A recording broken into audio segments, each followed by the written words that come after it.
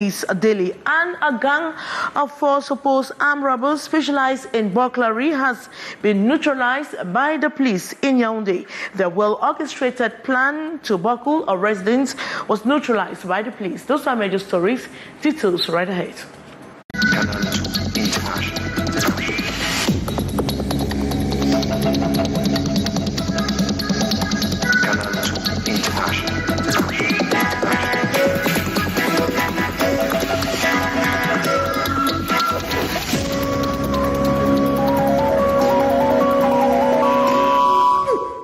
Good evening once more. The closure of borders between Cameroon and Equatorial Guinea has profoundly affected the commercial landscape, particularly impacting the fresh produce sector. Traders are facing fluctuating prices, influenced by purchasing rates, have united to address the challenges. They are working together to alleviate the burden on consumers by striving to reduce prices through collective efforts. More with our reporter, Gladys Ambodiba. The closure of the border between Cameroon and Equatorial Guinea has sent shockwaves through the local commercial scene in Kiossi, particularly impacting the fresh produce sector. In the midst of this turmoil, some relief has been found as prices for items like tomatoes, sweet potatoes, yams have become more affordable compared to their previously exorbitant rates. We are facing hard times at the moment. In December, it was better. Now we are only struggling. The only affordable product is onion, granules and beans are still expensive. Prices of fresh produce like tomatoes, cucumber, cabbage, green pepper and leeks are gradually dropping. We have not relented efforts in spite of the difficulties. The recurrent border closure is exacerbating our condition, but we have refused to fold our arms. Prices of essential goods have been on a roller coaster ride, influenced by fluctuating purchasing rates from Fumban in the West region, the main supplier to these border markets. Traders grappling with this new reality have banded together to address the challenging situation. Kiossi can be likened to with the economic situation of the country. We decided to put in our efforts to step into the formal sector. In anticipation of the eventual reopening of the borders, traders have united in associations, pulling efforts to find solutions aimed at reducing prices. Their collective goal is to alleviate the burden on consumers, allowing them to better manage their budgets in these uncertain times.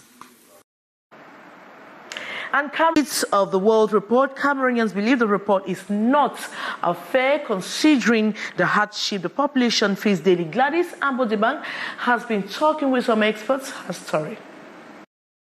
Cameroonians are going through tough times, from high cost of living to lack of health care, energy and water deficit, housing problems, joblessness, and crises on different fronts that have increased the number of internally displaced. Most happiest country in Africa are constantly disagreed.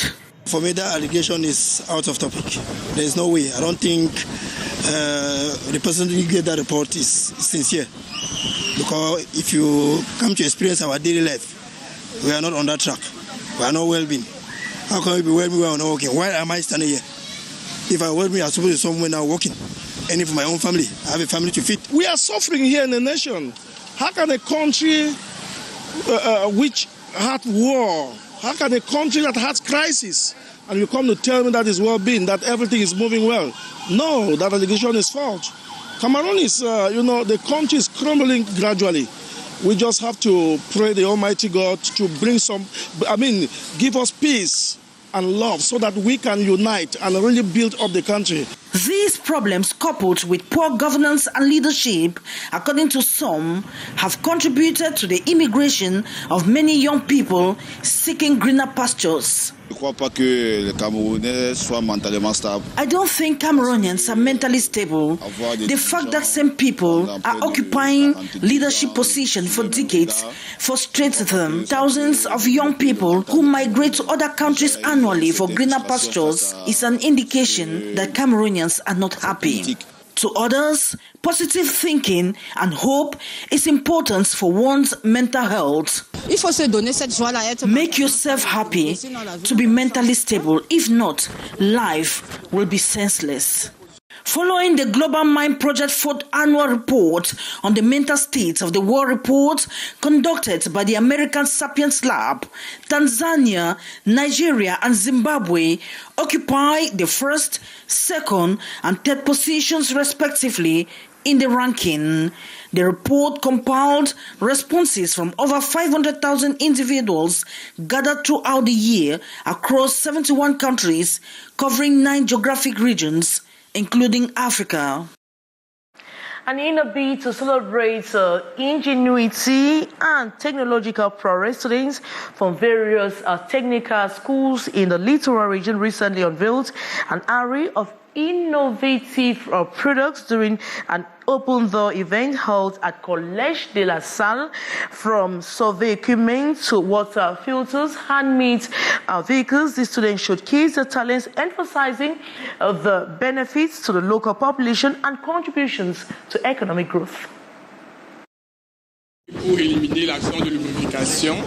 The Open Door event, launched on March 14, 2024, serves as a platform for students to demonstrate their technical expertise and creativity. From purely mechanical sets, fosters technical education institutions in the littoral. Among the standout exhibits were handmade vehicles featuring innovative technologies, pumps, barbecue machines, and woodwork displays the practical applications of their knowledge, with students keen to emphasize the positive impacts d'aller plus vite dans promoted made in Cameroon products. This approach aligns with efforts by governmental bodies, including the Ministry of Secondary Education, to foster digitalization and innovation within the education sector. Nous les avons encouragés à innover. Speaking at the event, officials reiterated the importance of nurturing local talents and fostering an environment conducive to technological advancements.